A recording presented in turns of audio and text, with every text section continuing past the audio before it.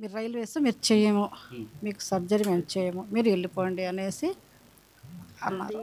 మా brother 27 years. So మా హోమ్కి within 1.5 kilometre రేడియస్లో accident అయింది. సో అరౌండ్ 8:30 పిఎం ఈవినింగ్ మేమేమో ఊరికి వెళ్ళి ఉన్నాము. విజయవాడ దారిలో ఉన్నాము. ఇంతలో మాకు ఫోన్ వచ్చింది ఈ పోలీస్ డిపార్ట్మెంట్ నుంచి. వాళ్ళ ఫ్రెండ్కి ఫోన్ చేశారంట, మా తమ్ముడు వాళ్ళ ఫ్రెండ్కి యాక్సిడెంట్ అయింది, ఇమీడియట్గా వచ్చేయండి అనేసి. ఆ అబ్బాయి ఏమో వాళ్ళు ఉస్మానియాకి తీసుకెళ్లారు. నాకు ఇమీడియట్గా నేను మా అంకుల్ కిమ్స్ సికింద్రాబాద్లో 15 to 18 ఇయర్స్ ల్యాబ్ టెక్నీషియన్ లాగా చేశారు అక్కడ. అయితే ఆ దాంట్లో ఏమైనా రెఫరల్ ఉంటుంది అనేసి తొందరగా కిమ్స్ తీసుకెళ్ళిపోమనేసి అబ్బాయికి చెప్తే మేము వచ్చేసరికి మిడ్ నైట్ 1:30 అయింది. అంత 10:30కి అబ్బాయి తీసుకెళ్ళాడు కిమ్స్ సికింద్రాబాద్కి. 10:30 నుంచి 1:30 వరకు అన్కాన్షియస్ ఉన్నాడు, మళ్ళీ కాన్షియస్నెస్కి వచ్చిందంట. అక్కడే ఉన్నాడు తను. ఈవెన్ ఇంత చిన్న గాజ్ కూడా, కాటన్ కూడా పెట్టలేదు, ఏం ట్రీట్మెంట్ అలాగే పెట్టారు. సో అప్పటికప్పుడు మీరు 80,000 పే చేయండి, టెస్ట్కి తీసుకెళ్ళాలి అన్న. ఓన్లీ టెస్ట్కి 80,000 ఏంటి అనేసి మాకు మెడికల్ రియంబర్స్మెంట్ కార్డు ఉంటుంది, ఆ అబ్బాయికి పంపించి ఇది తొందరగా రిసెప్షన్లో ఇచ్చేసి దీంతో చేయండి అనేసి అంటే, మీకు లెటర్ ఇస్తే కానీ కార్డ్ వ్యాలిడ్ ఉండదు, ఇప్పటికైతే అడ్మిషన్ తీసుకుంటాము అనేసి అడ్మిషన్ అయితే చేశారు. మేము వచ్చేసరికి ఇప్పుడు మీరు అడ్మిషన్ చేసినా కూడా అరౌండ్ 17,000 సంథింగ్ పే చేయాల్సి ఉంటుంది టెస్ట్కి ఆఫ్టర్ డిస్కౌంట్. 18 నుంచి 17,000 జస్ట్ టెస్ట్కి. ఓకే అనేసి మేము మా మదర్ మళ్ళీ ఆ హాస్పిటల్కి వచ్చి ఇంటికి వెళ్ళారు. క్యాష్ ఎవరి దగ్గర ఉండదు కదా అని వెళ్ళిపోయారు. నేను ఇక్కడే ఉన్నాను. మళ్ళీ 2:30కి రిపోర్ట్స్ వచ్చేసాయి, అన్నీ వచ్చాయి. ఎక్స్ట్రీమ్ మౌత్ నుంచి బ్లీడింగ్ అవుతుంది. ఐసీయూలో పెట్టి ఉన్నారు ఎమర్జెన్సీ వార్డులో.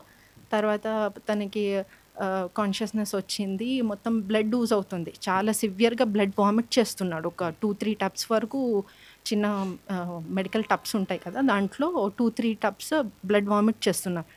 ఫస్ట్ ఏమో న్యూరో డిపార్ట్మెంట్లో అడ్మిట్ చేశారు, తర్వాత ఏమో ఆర్థోపెడిక్ అన్నారు. ఫైనల్ ఏమన్నారంటే మీ కేసు ప్లాస్టిక్ సర్జరీ కింద వస్తుంది. అలా మాకు 3 days అక్కడే పెట్టేశారు. 3 days పెట్టి తనకేం ట్రీట్మెంట్ ఇవ్వట్లేదు, ఏం చేయట్లేదు. మాకు జనరల్ వార్డ్కి షిఫ్ట్ చేశారు. మేము నెక్స్ట్ ఆ రోజు నైట్ 2:30కి నేను రైల్వే హాస్పిటల్కి వెళ్ళి లెటర్ కోసమని వెళ్ళాను. లెటర్కి వెళ్తే నైట్ ఇవ్వము, నెక్స్ట్ డే మార్నింగ్ 10 o'clockకి ఇస్తాము. ఎందుకంటే మేము వాళ్ళ రైల్వే ప్లస్ కిమ్స్కి ఇది ఉంది, వాళ్ళకు కొన్ని సిటీలో కొన్ని అరౌండ్ 10 or 15 హాస్పిటల్స్కి టైఅప్ ఉంది. ఆ టైఅప్లో మాకు ట్రీట్మెంట్ ఇస్తారు అనేసి మేము మిడ్-నైట్ 2:30కి వెళ్తే రైల్వేస్ ఏమన్నారంటే మీరు తీసుకోరండి, లాలగూడ రైల్వే హాస్పిటల్ లాలగూడ, అక్కడికి వెళ్తే మీరు అక్కడికి తీసుకోరండి అంటే తీసుకొచ్చే సిచ్యువేషన్లో లేము. మేము ఇద్దరే లేడీస్ ఉన్నాము, దట్టు నైట్ 2:30కి మిడ్-నైట్ 2:30కి ఎలా తీసుకెళ్తాము, తను కాన్షియస్లో కూడా లేడు. వాళ్ళు మాకు కిమ్స్లో లేదు, హీజ్ అలైవ్. బట్ మేము కిమ్స్ 3 days పెట్టుకున్న తర్వాత 3 daysలో ఆయన డాక్టర్ వాళ్ళ పిఏ వచ్చి చెప్పారు, మీరు త్రూ క్యాష్ పేమెంట్ చేస్తేనే మేము ట్రీట్మెంట్ చేస్తాము. లెటర్ సబ్మిషన్స్ చేసాము, అన్ని 3 daysలో అవుతున్నాయి, అన్నీ చేస్తున్నారు, జస్ట్ వస్తున్నారు, చెక్ చేస్తున్నారు, ఓన్లీ ఫ్లూయిడ్స్ మీద ఉన్నాడు. అయితే మాకు ఇలా అండర్టేకింగ్ లెటర్, మీరు ఇలా మేము క్యాష్ పేమెంటే, అదే పేమెంట్ చేస్తాము, రియంబర్స్మెంట్కి మళ్ళీ అప్లై చేయమనేసి ఒక అండర్టేకింగ్ రాస్తే కానీ మేము ట్రీట్మెంట్ చేయము అనేసి చెప్పారు. ఓకే ఫైన్, మేము దాన్ని కూడా యాక్సెప్ట్ చేసేసి మేము మా మదర్ అప్పటికప్పుడు వెళ్ళేసి మేము నైట్ ఎందుకు అండర్టేకింగ్ మీరు ఇవ్వాల్సి వచ్చింది? అదే క్యాష్ మీకు ఇది ఉన్నా కూడా మేము ట్రీట్మెంట్ చేయడానికి కుదరదు, మీరు అండర్టేకింగ్ ఇస్తే కానీ ట్రీట్మెంట్ చేయన్నారు. అంటే నిర్దాక్షిణంగా కిమ్స్ హాస్పిటల్ వాళ్ళు ఏం చేస్తున్నారంటే అంటే పేషెంట్ నైట్ రోడ్డు మీద యాక్సిడెంట్ అయ్యేసి అడ్మిట్ అయితే నువ్వు పూర్తి డబ్బులు కడితే తప్ప, లేదంటే అండర్టేకింగ్ రాసిస్తే తప్ప కనుక మీకు ఇవ్వము. రైల్వేకి వీళ్ళు సర్వీస్ చేస్తున్నారండి, ప్రభుత్వానికి సర్వీస్ చేస్తున్నారండి. వీళ్ళ ఫాదరు రైల్వేలో పనిచేస్తే మాకు రియంబర్స్మెంట్ వస్తుందని ఆశతో అని చెప్పేసి, వాళ్ళ మదర్ వర్క్ చేస్తుంది కాబట్టి రియంబర్స్మెంట్ వస్తుందని చెప్పి ఆయన హాస్పిటల్లో అడ్మిట్ అయిన వాడిని నైట్ తీసుకెళ్ళి అడ్మిట్ చేస్తే కనుక మీకు అది రియంబర్స్మెంట్ రాకపోతే కనుక మీరు ఖచ్చితంగా డబ్బులు కడితేనే నేను ట్రీట్మెంట్ ఇస్తాను అని చెప్పి అండర్టేకింగ్ రాయించుకున్నారంట. అదేనా జరిగింది? 2.5 lakhs సర్జరీకి అవుతుంది. మీరు దానికి ఓకే అంటే ఇంకా మిగతా అన్ని అడిషనల్ ఉంటాయి. మీరు ఇదైతే పే చేయడానికి రెడీగా ఉన్నారంటే ఆ రోజు తనకు యాక్సిడెంట్ అయింది వచ్చేసి థర్స్డే. సాటర్డే 10 o'clockకి షెడ్యూల్ చేశారు సర్జరీ. షెడ్యూల్ చేసిన తర్వాత 10 o'clockకి ఆయన డాక్టర్ పిఏ వచ్చేసి చెప్పారు ప్రెషర్ ఉంది మేనేజ్మెంట్ నుంచి. ఆ మేనేజ్మెంట్ నేమ్ వచ్చేసి సార్ కిరణ్ మీకు మీరు రైల్వే పేషెంట్, మీకు ట్రీట్మెంట్ ఇవ్వకూడదు అనేసి మాకు చెప్పారు అనేసి అన్నారు. అదేంటి మేము గోల్డ్ అమ్మేసాము, తీసుకొచ్చి క్యాష్ రెడీ పెట్టుకున్నాము, మా ఫ్యామిలీ వాళ్ళు వచ్చారు, మా రిలేటివ్స్ వచ్చారు, వాళ్ళు కొంచెం కాంట్రిబ్యూట్ చేశారు, అందరు చేసి 3 days పెట్టిన తర్వాత మేము సర్జరీకి కూడా ఓకే అన్నాక జస్ట్ ఇంకొక 1 hourలో షెడ్యూల్ అవ్వాలి, సర్జరీ చేయాలి. అప్పుడు వచ్చేసి లేదు మీరు ఇక్కడ నుంచి వెళ్ళిపోండి, ఇమీడియట్గా వెళ్ళిపోండి అనేసారు. మేమందరం బ్లాంక్గా ఉన్నాము. అదేంటి సర్జరీ ఉంది, అందరు ప్రిపేర్డ్గా ఉన్నాము, అన్నీ చేసిన తర్వాత వెళ్ళిపోమంటున్నారు ఏంటి అనేసి మేము కూడా 10 o'clock నుంచి సరే అనేసి మాకు డిశ్చార్జ్ ఇవ్వండి అంటే అక్కడ డిశ్చార్జ్ చేయడానికి అరౌండ్ 10 నుంచి 2:30 చేశారు ఆఫ్టర్నూన్. ఏంటిది ముందంట న్యూరో డిపార్ట్మెంట్ నుంచి ఆర్థో నుంచి ప్లాస్టిక్ సర్జరీ డిపార్ట్మెంట్కి మొత్తం షఫుల్ చేసి మాకు డిశ్చార్జ్ సమ్మరీ అప్పుడు ఇచ్చారు. మళ్ళీ మేము అక్కడి నుంచి యశోదాకి వెళ్ళాము, సికింద్రాబాద్ యశోద, మళ్ళీ అపోలో, అలా 2-3 హాస్పిటల్స్కి వెళ్ళి అక్కడ చెప్పారు లేదు మీరు రైల్వేస్ కదా, లేదు అనేసారు. సరే అనేసి మాకు through referral Medicover Hitec City అక్కడికి వెళ్తే జస్ట్ 1.5 lakhsలో ఆయన డాక్టర్ ఇదే same surgery doctor Rajasekhar sir ఏమో అదే సర్జరీ దట్టు మంచి ఇంప్లాంట్స్ వేసి తను వితిన్ 2 daysలో డిశ్చార్జ్ అయ్యేలాగా ఆయన బాగా చేశారు. ఇక్కడ మాకు 3 days పెట్టుకొని మేము ట్రీట్మెంట్ చేయము అనేసి అన్నారు.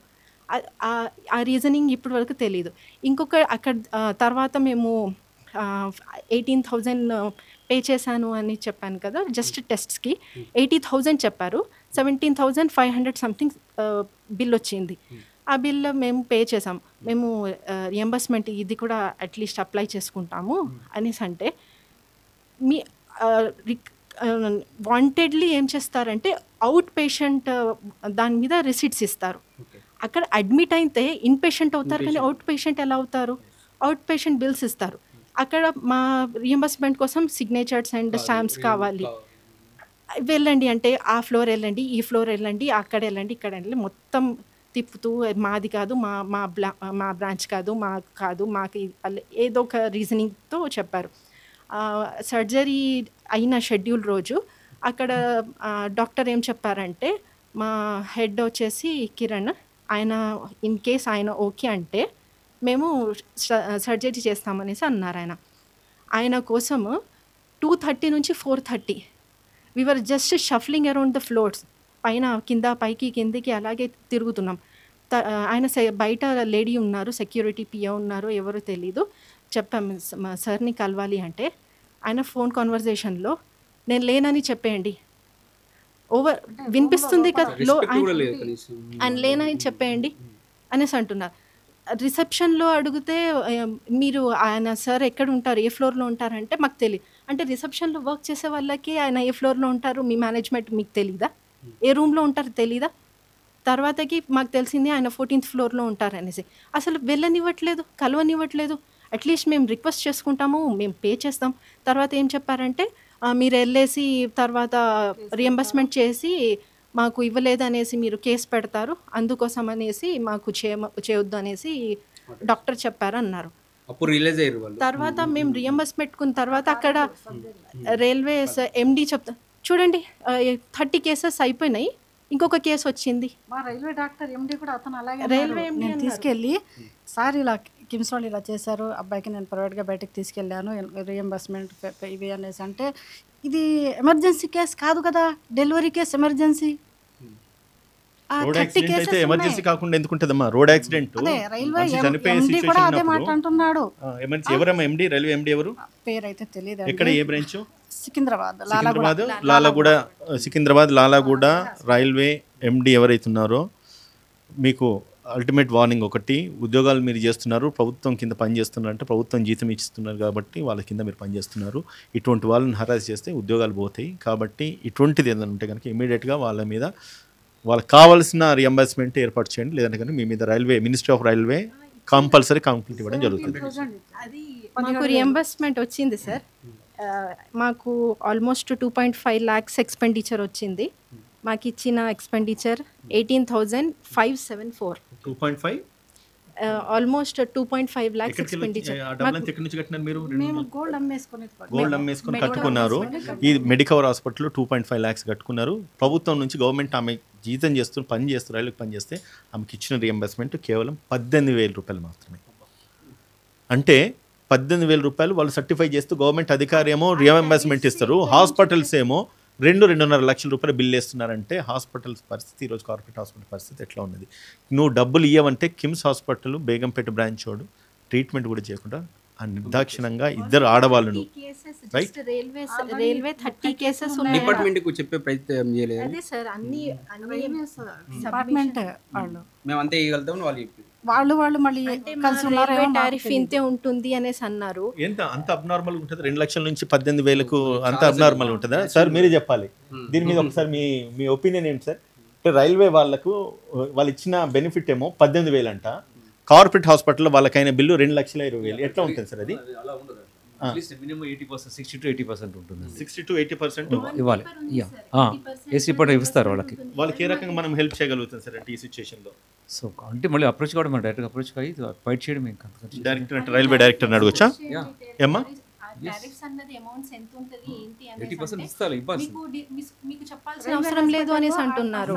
ఓల్డ్ ఏజ్ లో వాళ్ళు బంగారం అంతా కుదబెట్టేసి బంగారం అమ్ముకొని వాళ్ళ కొడుకుని కాపాడుకున్నారు సార్. రోడ్ మీద యాక్సిడెంట్ అయితే అటువంటి వాళ్ళకు రైల్వేస్ ఇవ్వరు, కానీ ప్రైవేట్ హాస్పిటల్స్ మాత్రము 2.5 లక్షలు బిల్ వేసిండ్రు. ఇది పరిస్థితి.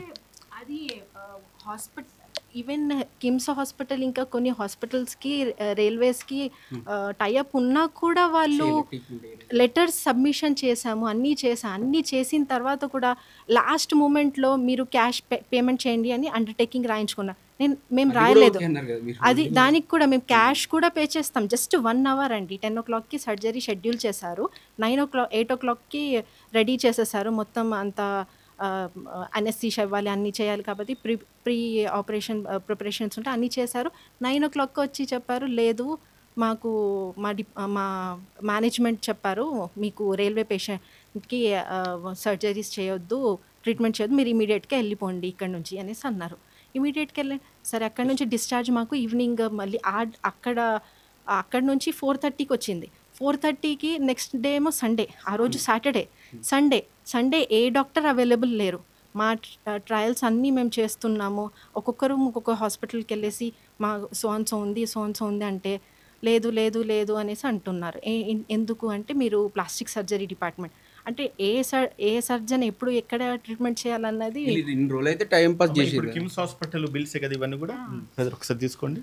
కిమ్స్ హాస్పిటల్లో వీళ్ళని అడ్మిట్ చేసినప్పుడు ఆయన పరిస్థితి ఇది. అండ్ వాళ్ళకి మొత్తం టోటల్ ఎంత కట్టినారమ్మా కిమ్స్ హాస్పిటల్కి మీరు డబ్బులు? జస్ట్ టెస్ట్కి 80,000 రూపీస్ జస్ట్ టెస్ట్లకే.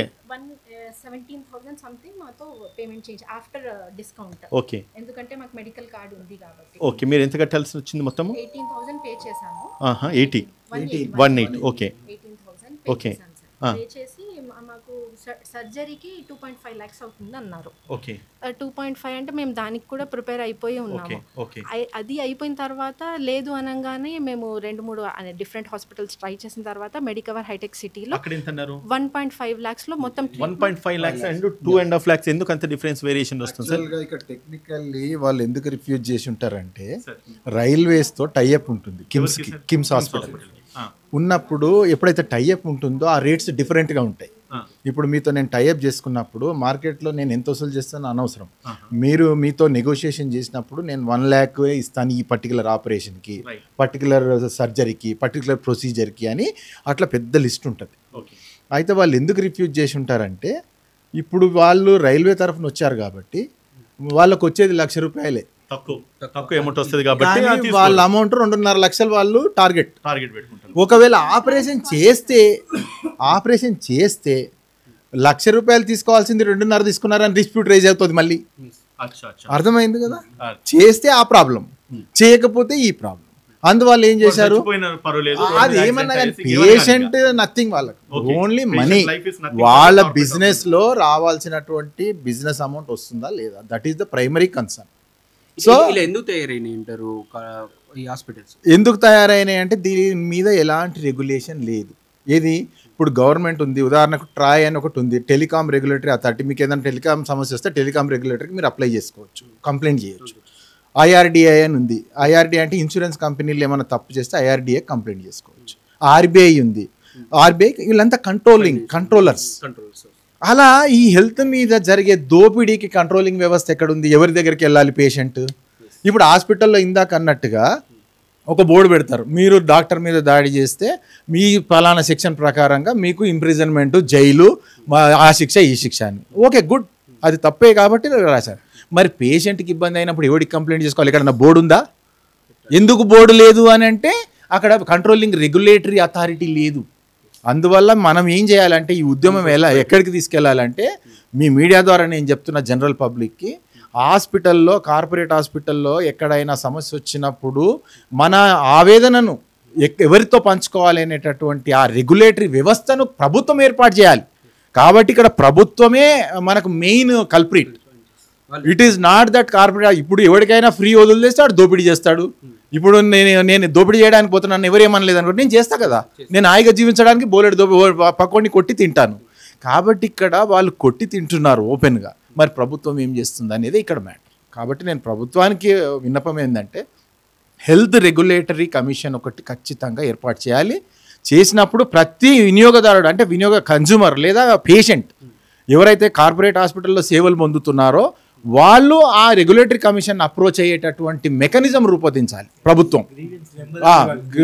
గ్రీవాన్స్ రిడ్రెసల్కి అది కంపల్సరీ. అది ఒకటే కాదు, regulatory commission is a big word, చాలా పెద్ద వర్డ్, అంటే చాలా విశాల అర్థం ఉంది దాంట్లో. కార్పొరేట్ హాస్పిటల్ వాళ్ళు ఏమేమి వాళ్ళు రిటర్న్ సబ్మిట్ చేయాలి, కార్పొరేట్ హాస్పిటల్ వాళ్ళు ఏమేమి ఎథిక్స్ పాటించాలి, తర్వాత గ్రీవాన్స్ వచ్చినప్పుడు ఎలా డిస్పోజ్ చేయాలి, అవన్నీ చాలా పెద్ద మెకానిజం ఉంటుంది. ఇట్ ఈస్ నాట్ సింపుల్గా రెగ్యులేటరీ కమిషన్ అనగానే కాదు, చాలా మెకానిజం ఉంటుంది. అది ఖచ్చితంగా చేయాలి. ఎందుకంటే లక్షల్లో దోపిడీ అవుతుంది. మిగతా ఒక టెలిఫోన్ రెగ్యులేటరీ అథారిటీ లేక, అంటే నేను అనేది పేషెంట్స్ తరఫున, పబ్లిక్ తరఫున వేరే వాడి చిన్న విషయాలే. ఒక ఇన్సూరెన్స్ పాలసీలో మోసం చేస్తే అది ఒక 10,000 లక్షకో లిమిట్ అవుతుంది. కానీ ఆరోగ్యం పట్ల అది 1,00,000 కావచ్చు, 1,00,00,000 కావచ్చు, 10 కోట్లు కూడా వసూలు చేస్తున్నారు కదా. కాబట్టి అన్లిమిటెడ్. కాబట్టి ఖచ్చితంగా రెగ్యులేటరీ కమిషన్ ఖచ్చితంగా దీనికి రూపొందించాల్సిందే. ప్రజలకు ప్రభుత్వం దగ్గర కావాల్సిందే.